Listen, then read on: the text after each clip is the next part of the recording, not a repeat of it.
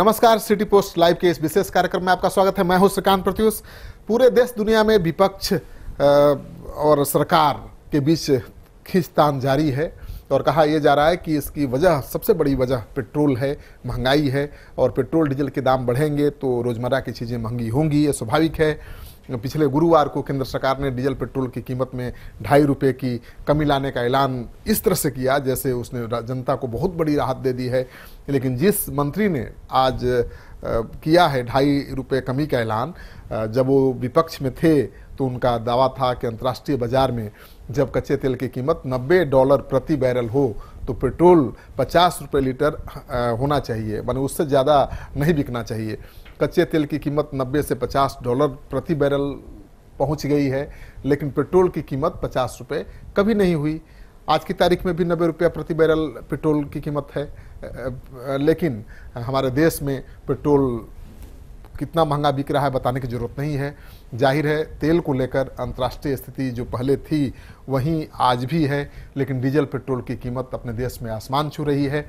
देखते देखते देश के कई शहरों में ₹90 लीटर से अधिक दाम पर पेट्रोल बिकने लगा था।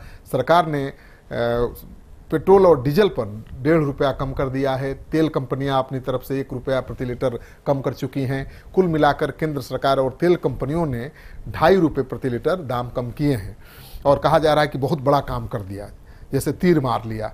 राज्य सरकारों का जो वैट है वो परसेंटेज में है, कुछ का 31% है, कुछ का कम है। क्रूड का दाम बढ़ता है तो सेंटर का रेवेन्यू उतना ही रहता है, उसे कोई लाभ या घाटा नहीं होता, क्योंकि उसका फिक्स है दर। सेंटर जो एक्साइज ड्यूटी लगाती है वह पिछले साल अक्टूबर से अब तक ₹19.48 पर फिक्स्ड है। तो पेट्रोल का दाम घटे या बढ़े सेंटर को कुछ ज़्यादा फायदा नहीं होने वाला है। क्रूड ऑयल का दाम बढ़ने से स्टेट्स का रेवेन्यू बढ़ता जाता है। राज्यों की कमाई इसलिए बढ़ती है क्योंकि डीलर को जिस दाम पर तेल कंपनियां देती हैं उस पर वैट लगाती हैं। तेल कंपनियां जितना महंगा तेल डीलर को देंगी, वैट से उतनी ही कमाई ज़्यादा राज्य सरकारों की बढ़ती जाएगी। तो राज्य सरकारें तो अपनी कमाई छोड़ने के मूड में थी ही नहीं, लेकिन अब उन्होंने भी ₹2 से ₹2.5 कम किया है। हम आपको बता दें कि मोदी सरकार के कार्यकाल के पहले 4 साल में पेट्रोलियम सेक्टर से कुल कमाई कितनी हुई है। Custom, excise, VAT, crude oil cess सहित कई प्रकार के टैक्स से 18,23,760 करोड़ रुपए कमा चुकी है सरकार।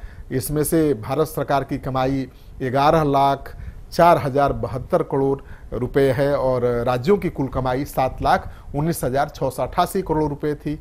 ये आंकड़े मार्च 2018 तक के ही हैं। ये सारे आंकड़े पेट्रोलियम मंत्रालय के हैं, हमारे नहीं हैं या विपक्ष के नहीं हैं। अप्रैल 2014 में पेट्रोल पर सेंटर का उत्पाद शुल्क ₹9.48 था।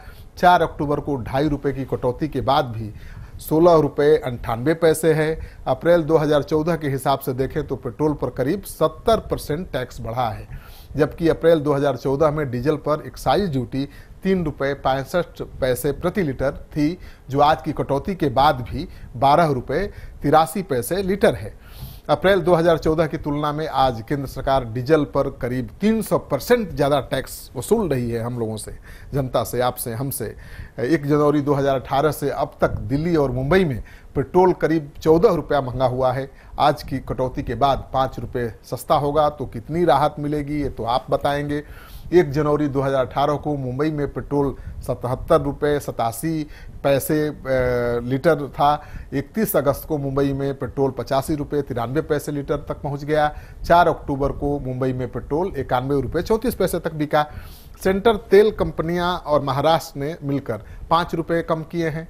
5 अक्टूबर से मुंबई में पेट्रोल ₹86.34 हो जाएगा। सवाल ये उठता है कि क्या ₹86.34 लीटर पेट्रोल का बिकना राहत वाली बात है। बिहार ने शुरू में तो जल्दबाजी नहीं दिखाई, लेकिन उसने सबसे ज़्यादा छूट दे दी है, यानी 5 पैसा ज़्यादा वैट पर कमी कर दी है। उप मुख्यमंत्री ने पहले कहा था कि वित्त मंत्री का पत्र आने के बाद ही वो विचार करेंगे, लेकिन नीतीश कुमार ने दूसरे दिन ऐलान कर दिया कि बिहार में भी दूसरे राज्यों की तरह वैट पर टैक्स घटाया जाएगा, अनवैट का दर कम किया जाएगा। यानी बिहार में भी झारखंड से 5 पैसा ज़्यादा कम हो गया है पेट्रोल का दाम।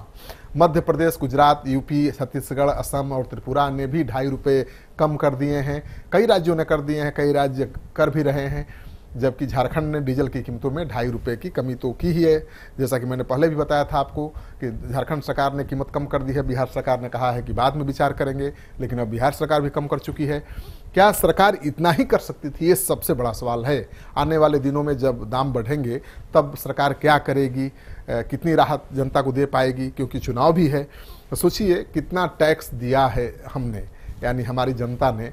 यही नहीं, रुपए को लेकर जिस तरह की राजनीति हुई है उसे भी याद रखना चाहिए कि इस तरह से उसे आर्थिक संदर्भों से काटकर सम्मान और स्वाभिमान से जोड़ दिया गया।